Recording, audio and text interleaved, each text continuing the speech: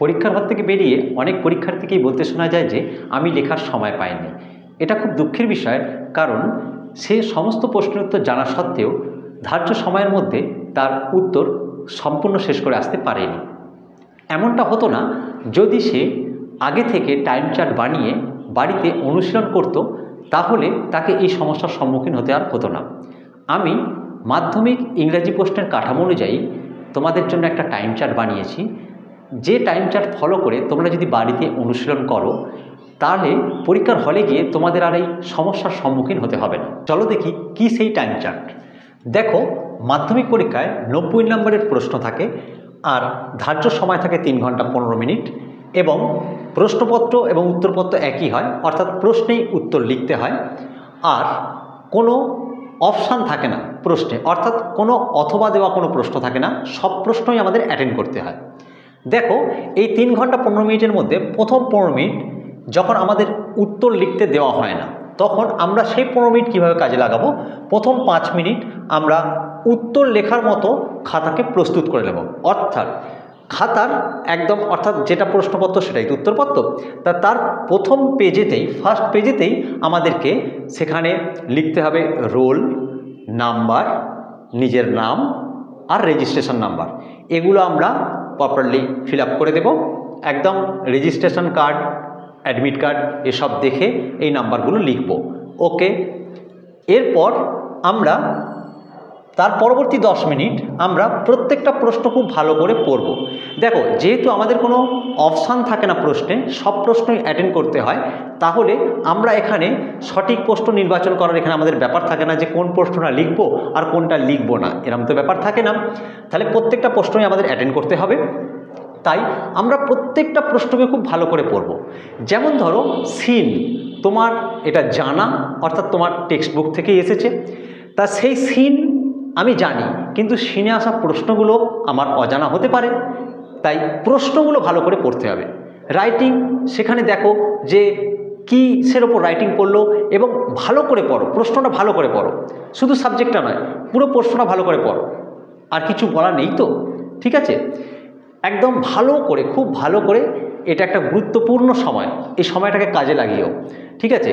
অর্থাৎ প্রত্যেকটা প্রশ্ন খুব ভালো করে পড়বে। তারপর উত্তর লেখার জন্য যে ধার্য 3 ঘন্টা বা 180 মিনিট, সেটা তোমরা কিভাবে কাজে লাগাবে। দেখো, তোমাদের প্রশ্নটা 3টে সেকশনে ভাগ করে হয়। একটা সেকশন এ, এখানে থাকে scene R unseen. Section B A থাকে গ্রামার অ্যান্ড ভোকাবুলারির উপর প্রশ্ন, আর সেকশন সি এ থাকে রাইটিং স্কিলের ওপর প্রশ্ন। এই সেকশন এ, এখানে সিন 20 নম্বরের আর আনসিন 20 নম্বরের থাকে। সেকশন এ সিন 1-এর দাগের প্রশ্ন আর 2-এর দাগের প্রশ্ন। 1-এর দাগের প্রশ্নটা থাকে সাধারণত প্রোজ থেকে, আর 2-এর দাগের প্রশ্নটা থাকে সাধারণত পোয়েট্রি থেকে। ওকে, এই প্রোজ থেকে 12 নম্বরের প্রশ্ন থাকে, আর পোয়েট্রি থেকে 8 নম্বরের প্রশ্ন থাকে, টোটাল 20 নম্বর। ওকে, এবারে এই সিন থেকে, অর্থাৎ প্রোজ আর পোয়েট্রি এই দুটো মিলিয়ে 9টা এমসিকিউ থাকে 9 নম্বরের। আমি এখানে সময় ধার্য করেছি প্রত্যেকটা এমসিকিউর জন্য 1 মিনিট করে, অর্থাৎ 9টার জন্য 9 মিনিট। আর কি থাকে? Complete the sentence with information from the text, এরকম প্রশ্ন থাকে। এই প্রশ্নের জন্য এরকম 3টে প্রশ্ন থাকে। আমি প্রত্যেকটা প্রশ্নের জন্য 2 মিনিট করে ধার্য করেছি, অর্থাৎ মোট 6 মিনিট। আর আরেকটা প্রশ্ন থাকে, যে প্রশ্ন দেওয়া থাকে তার উত্তর লিখতে হয়, এসএকিউ টাইপ কোয়েশ্চেন, বা থাকতে পারে যে true false with supporting statement, supporting statement সহ ট্রু ফলস লিখতে দিতে পারে, বা এরকম থাকতে পারে স্টেটমেন্ট রিজন, স্টেটমেন্ট দেওয়া আছে রিজন, বা রিজন দেওয়া আছে স্টেটমেন্ট লিখতে হবে, বা কজ এফেক্ট, এই জাতীয় প্রশ্ন। এরকম থাকে 4টে। আমি প্রত্যেকটার জন্য 2 মিনিট করে সময় ধার্য করেছি, মোট 8 মিনিট। এই টোটাল সিনের জন্য আমার মোট সময় লাগছে 23 মিনিট এভাবে লিখলে।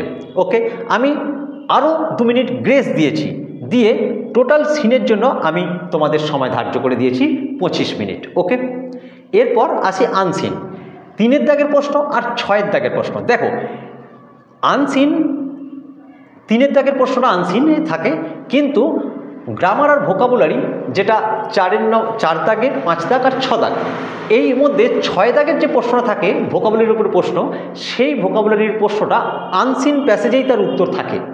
সুতরাং যখন আমরা আনসিন প্যাসেজ করব তখন শুধু 3 দাগের প্রশ্নগুলোর উত্তর করব তা নয়, তার সঙ্গে 6 দাগের ওই সেকশন বি এর 6 দাগের প্রশ্নটাও উত্তর করে নেব, এটা মাথায় রেখো। ওকে, এবারে আনসিন এটা অজানা, এর জন্য এই আনসিনকে খুব ভালো করে আগে পড়তে হবে। পড়ার জন্য আমি তোমাকে সময় দিয়েছি 20 মিনিট। দেখো আমি এখানে লিখেছি রিডিং 20 মিনিট। আগে প্রথম পড়বে 20 মিনিট পড়বে। এবার কিভাবে পড়বে? প্রথমে আনসিনটা আগে প্রথমে একবার ভালো করে পড়বে। দেখো একটা কথা মাথায় রেখো, আনসিন মানে অজানা বিষয়, এবং ধরো একটা বাক্য 10টা ওয়ার্ড দিয়ে তৈরি, তার মধ্যে তুমি 7টা ওয়ার্ডের মানে জানো, 3টে তোমার কাছে আননোন, অজানা, তুমি জানো না তার মানে তুমি হতাশ হয়ে পড়লে হবে না, ঠিক আছে? এটা বেশিরভাগ ছেলে মেয়ের ক্ষেত্রেই হয় সাধারণত।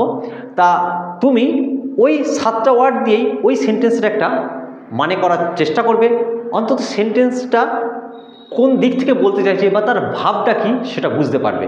এবং আনসিন মানে তো একটা প্যাসেজ, সুতরাং প্যাসেজ মানেই তার আগে সেন্টেন্স আছে, তার পরে সেন্টেন্স আছে, তাদের মানের সঙ্গে একটা লিঙ্ক করে তুমি দেখবে তোমার অজানা যে ওয়ার্ডগুলো তেমন বেশি গুরুত্ব পাচ্ছে না, তুমি কিন্তু প্যাসেজের ভাব নিজেই বুঝতে পারছো বা তৈরি করে ফেলছো।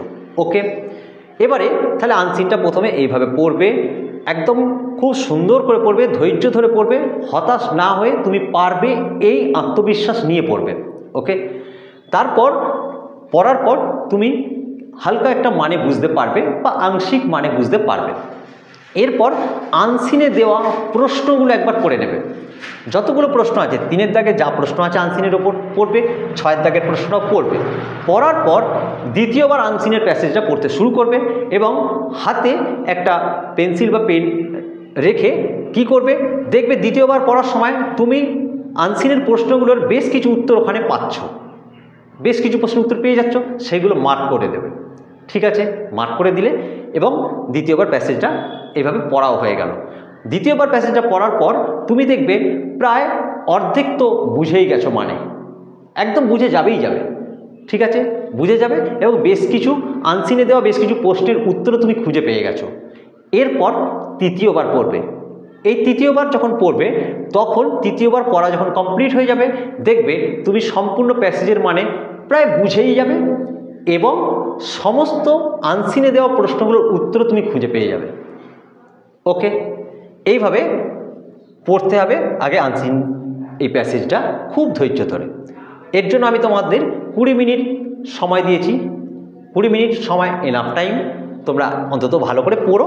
তারপর এবারে আনসিনের প্রশ্নগুলোর উত্তর করার জন্য টাইম কীরকম আমি ধার্য করেছি দেখো। এমসিকিউ এতে থাকে 6টা, 1 মিনিট করে প্রত্যেকটা এমসিকিউর জন্য মোট 6 মিনিট। ট্রু ফলস থাকে উইথ সাপোর্টিং স্টেটমেন্ট, এর জন্য 4টে থাকে, 2 মিনিট করে, মোট 8 মিনিট।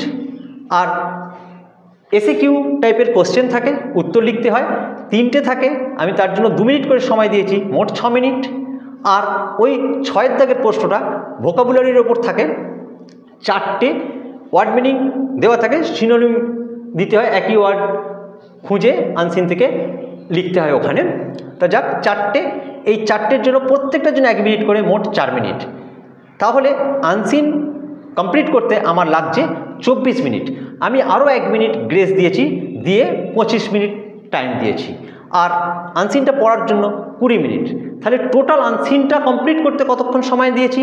45 মিনিট। ওকে, এই গেল সেকশন এ। এবার এসো সেকশন বি, যেখানে 4 দাগের প্রশ্ন, 5 দাগের প্রশ্ন আর 6 দাগের প্রশ্ন। কিন্তু 6 দাগের প্রশ্ন আমরা এখানে কমপ্লিট করে ফেলেছি, তাহলে আমার হাতে আর বাকি আছে 4 দাগের আর 5 দাগের সেকশন বি এ। ওকে, এবারে এই 4 দাগের আর 5 দাগের এই যে গ্রামার অ্যান্ড ভোকাবুলারি, এর উপর এই সেকশানে আমাদেরকে করতে হয় সাধারণত পরে কারেক্ট ভার্ব ফর্ম চুজ করতে দেয়। ঠিক আছে, 3টে দেয়।